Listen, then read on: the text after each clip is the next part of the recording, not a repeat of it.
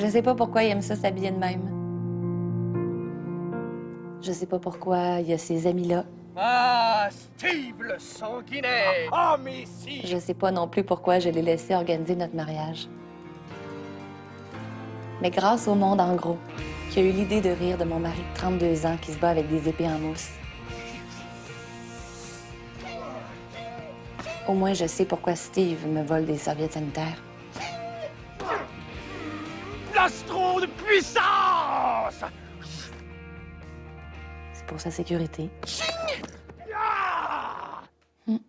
Le monde en gros, là où les serviettes sanitaires sont un obstacle aux épées en mousse. Quand ça va passer, ça? Cette semaine, le Monde en gros vous offre de vivre les dangers sécuritaires de la Pologne. Roulez dans une boule de plastique. Lâchez-vous lousse dans une discothèque mobile. Et affrontez un chien méchant qui est supposé arrêter quand on dit vodka. Vodka! En prime cette semaine, un barbecue texan. Tout ça et plus encore dans votre Monde en gros. Bienvenue au Monde en gros. Un commis sera avec vous sous peu. Attention à ton dos, Félix. Ça vous est peut-être déjà arrivé de vous promener dans un parc puis de tomber là-dessus. Dis-moi, compagnon! Deux adultes qui se battent avec des épées en mousse. Puis là, vous vous êtes probablement dit, waouh, ça, c'est deux insignifiants. Hey, moi! Halte! Moi et mon compagnon, on n'est pas insignifiants! Vous n'êtes pas insignifiants parce que vous signifiez quelque chose. Vous signifiez que l'humanité est entrée dans l'âge de la mousse. Hey, je suis pas sûr de te suivre, là. Ben, au début, il y a eu l'âge de pierre. Ouais. Puis ensuite, ben, il y a eu l'âge de bronze. OK. On peut-tu se battre, là? Puis après ça, l'âge de fer, avec ses épées en fer. OK, go! Hey! Aïe! Ah, ce que je t'ai dit fait mal. Oh, Mais ça, c'est du fer! alors, venge-toi, compagnon. Puis là, c'est clair qu'on est rendu dans l'âge de la mousse, vu qu'on se fait des épées en mousse, Hey! C'est de la mousse! l'équipement de protection en mousse, des gants pour se battre en mousse et même des pistolets Donne-moi ça, donne-moi qui ça. tirent des balles en mousse. C'est quoi l'idée de la mousse? Ben, l'idée, c'est qu'on a atteint un nouveau stade de notre évolution. On est rendu assez intelligent pour se protéger quand on fait des affaires dangereuses, mais encore trop niaiseux pour juste pas faire ces affaires-là.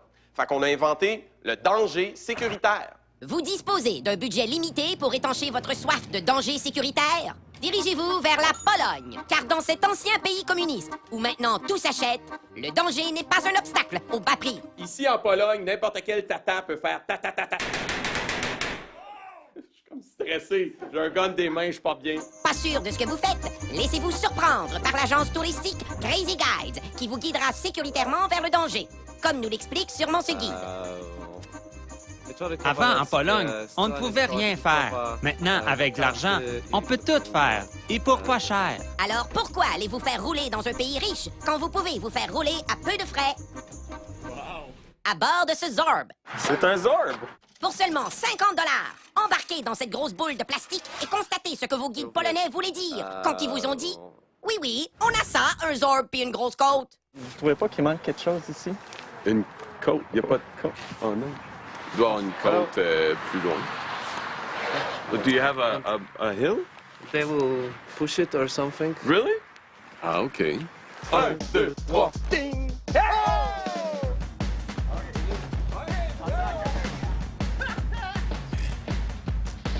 Comment on dit gênez-vous pas en polonais? OK, praj. OK, prêt, les gars!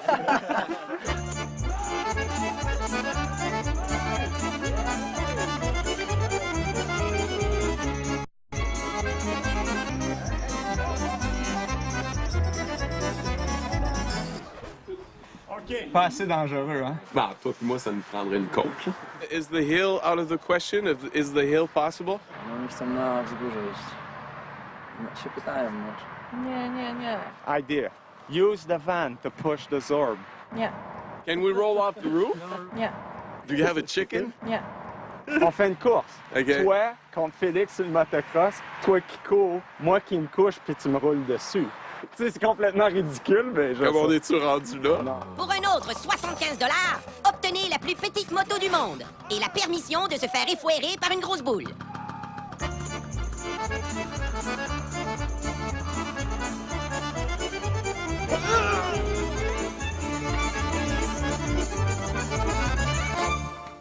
remis des émotions fortes que vous avez ressenties, telles que « Hey, ils ont pas de côte Ils ont pas de compte. » et « Pas trouvé ça super ». Demandez à votre guide de vous guider vers un danger qui a plus de chiens. Au retour!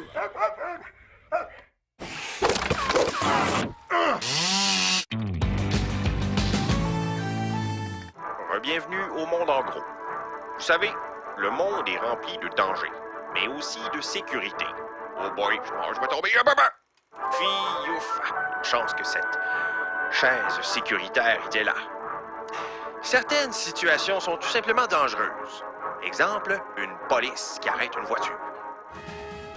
Au nom de la loi, je vous ordonne d'arrêter votre voiture.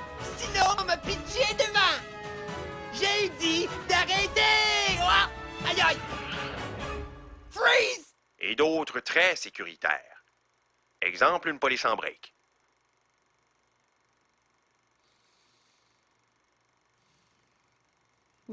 Tranquille, hein? Mais comment savoir si une situation est dangereuse ou sécuritaire? J'ai demandé à mes amis cascadeurs de faire des tests. OK, les cascadeurs. Dans le premier test, Kevin va monter une montagne avec sa voiture, puis la redescendre super vite et foncer dans un arbre. Ah, ça, c'est pas sécuritaire. La prochaine situation à tester sera débouler toutes les marches d'un escalier en s'enfargeant dans le tapis. Pas sécuritaire. Et comme le démontre ce graphique, le troisième test, c'est un petit garçon qui joue avec des allumettes. C'est-tu sécuritaire?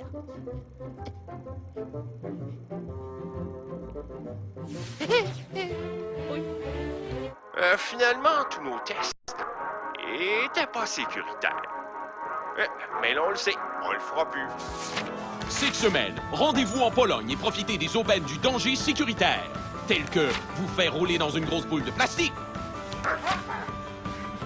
ou encore ce berger allemand polonais, prêt à vous courir après pour aussi peu que 100 $. Pareil, c'est JS. Pas pareil, c'est Félix. OK. Qui se fait courir après le chien. 1, 2, 3, king.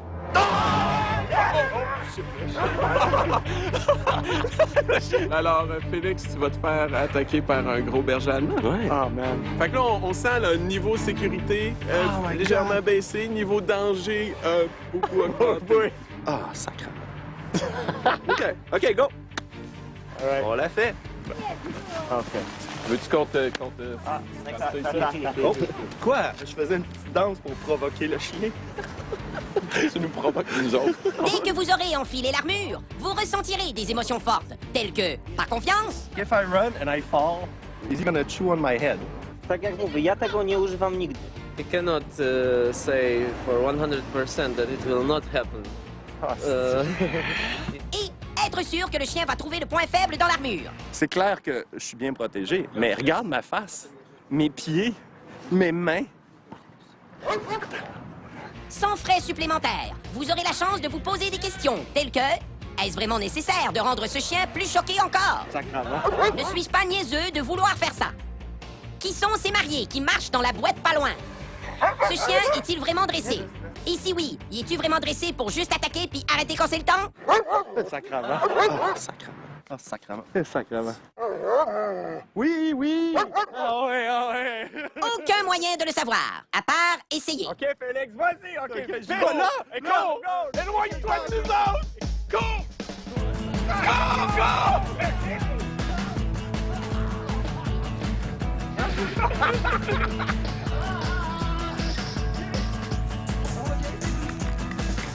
Il veut pas lâcher! Il me déteste! Mais décide de me lâcher, madame! Ah, je veux juste m'étendre à terre! Madame? Après avoir échappé de justesse à passer le reste de votre vie avec un chien après votre bras, vous serez tenté de dire à votre guide que vous êtes prêt à vivre d'autres émotions fortes, mais moins fortes et surtout plus sécuritaires. Mais attention, car il vous guidera ici. Au retour! Changer ma tuque. Oh! Est-ce que c'est sécuritaire de permettre à des gens, de permettre à des touristes de se faire courir après par un chien?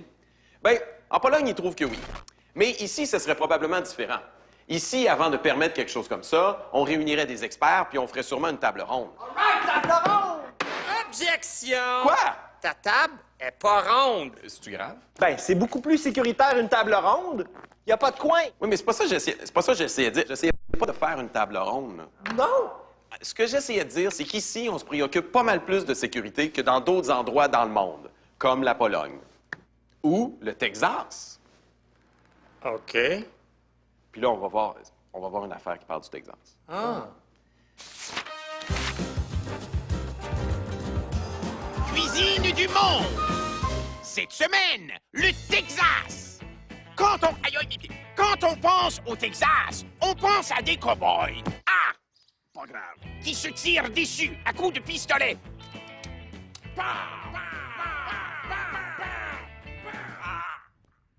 Et qui creusent dans le sol des puits.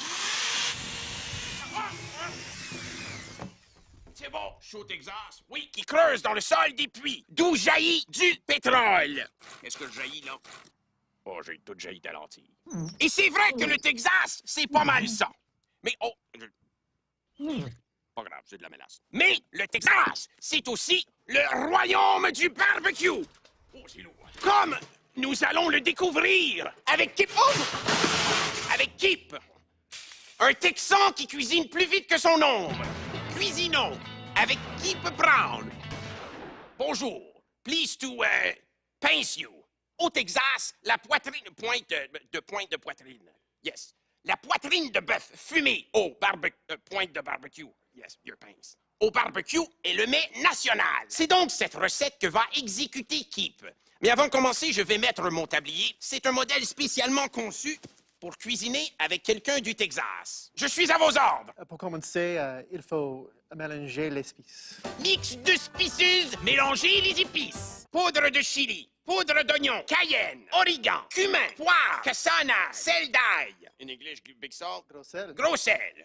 Puis là, On mélange. on mélange. Pow, pow, pow! Les épices. Et ensuite, Il faut frotter la viande avec les épices. frottez la viande avec les épices. Ah oui, c'est bon. Je masse comme ça. Ah oui. Il y a des nœuds ici, là. Ce bœuf était tendu. Ça me rappelle les massages que je donne à ma voisine, Yolande.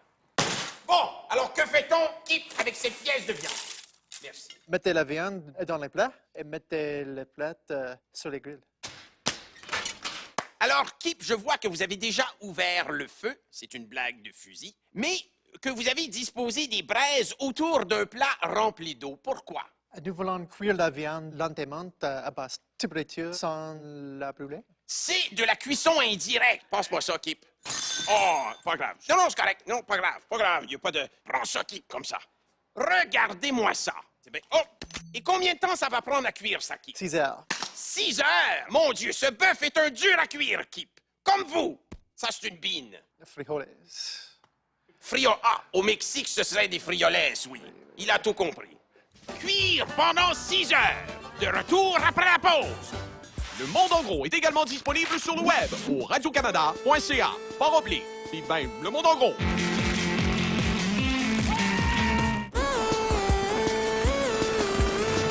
Le danger sécuritaire, test. 223.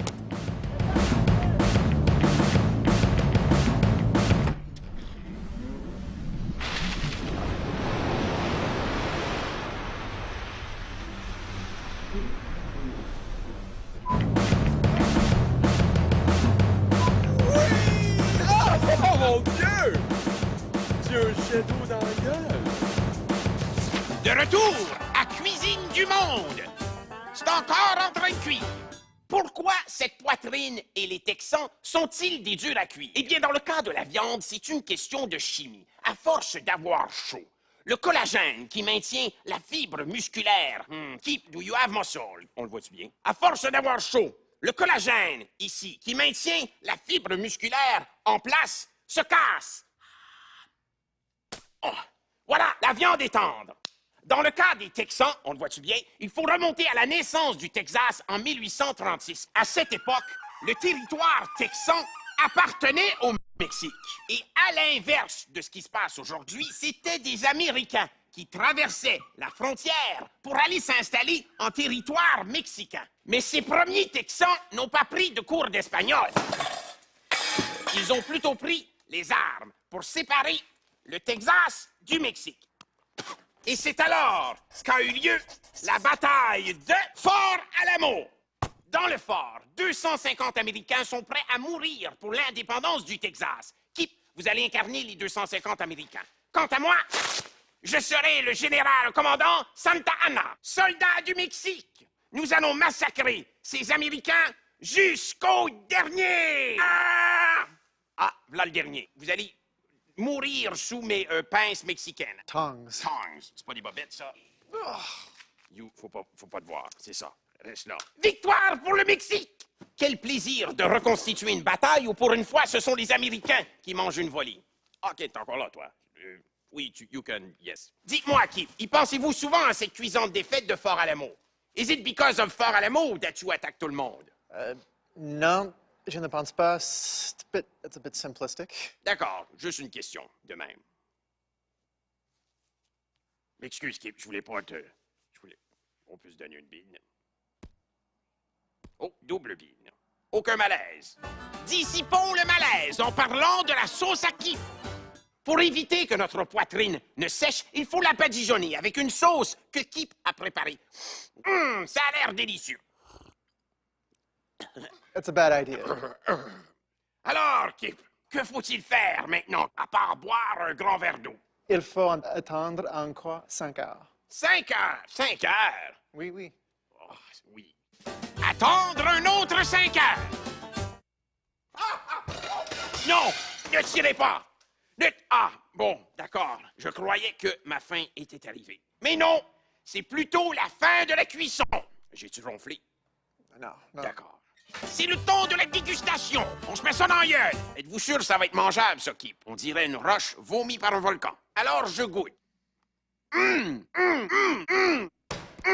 Kip, cette viande, autrefois coriace, comme le Texas, est maintenant tendre et molle, comme le Canada. Bravo, Kip. Ça vaut une bine. Double bine. Il breakdance, il court ou il patine. C'est dur à dire parce qu'il est fait en Chine. Pas besoin d'être plus exigeant. C'est juste une affaire faite pour des enfants. Je bouge juste assez pour attirer ton attention. Petit animal doit se faire de nouveaux amis. Aujourd'hui, petit animal, tu vas jouer dans une nouvelle équipe avec de nouveaux amis. Pourquoi je ne joue plus avec mes autres amis? Parce que comme je me soucie de ton développement au hockey, je me suis battu avec ton entraîneur. Oh, merci, papa animal! Maintenant, vas-tu me regarder jouer? Oui, je serai dans les gradins pendant toute la partie, à te crier des affaires. Alors je vais compter un but pour toi, papa animal! J'aimerais mieux deux. Petit animal. Mon papa m'oblige à réussir là où il a échoué. Le danger sécuritaire. Ça roule.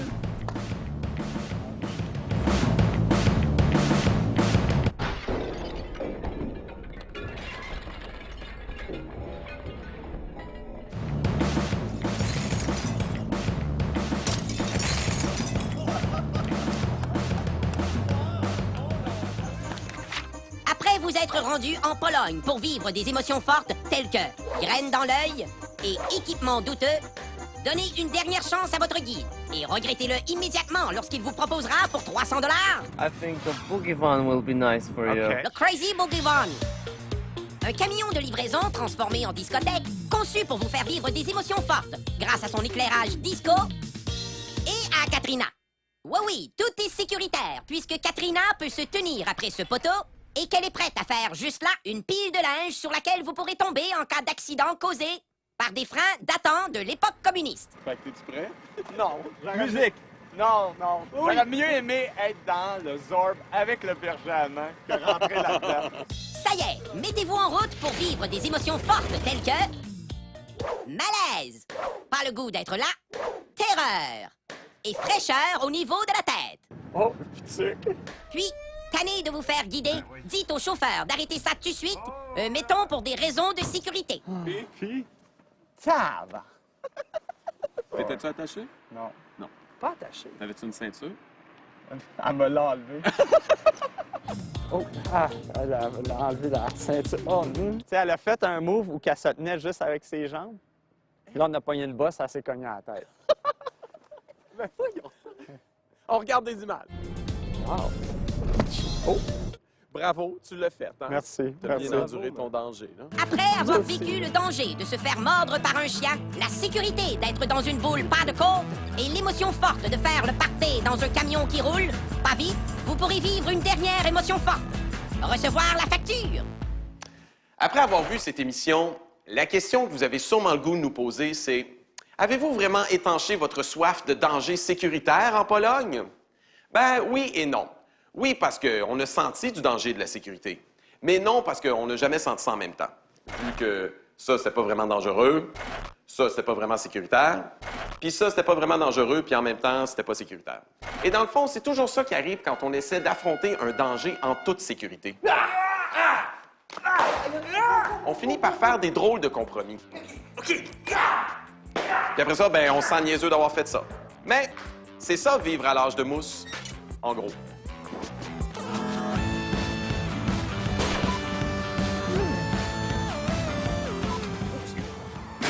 Comme nous allons le découvrir!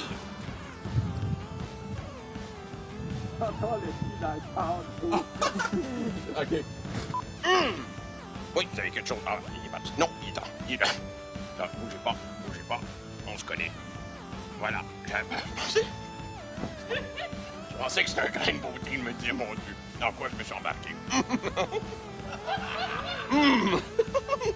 Bon, ben les gars, je pense que je vais poursuivre ma vie ici en Pologne. Adieu.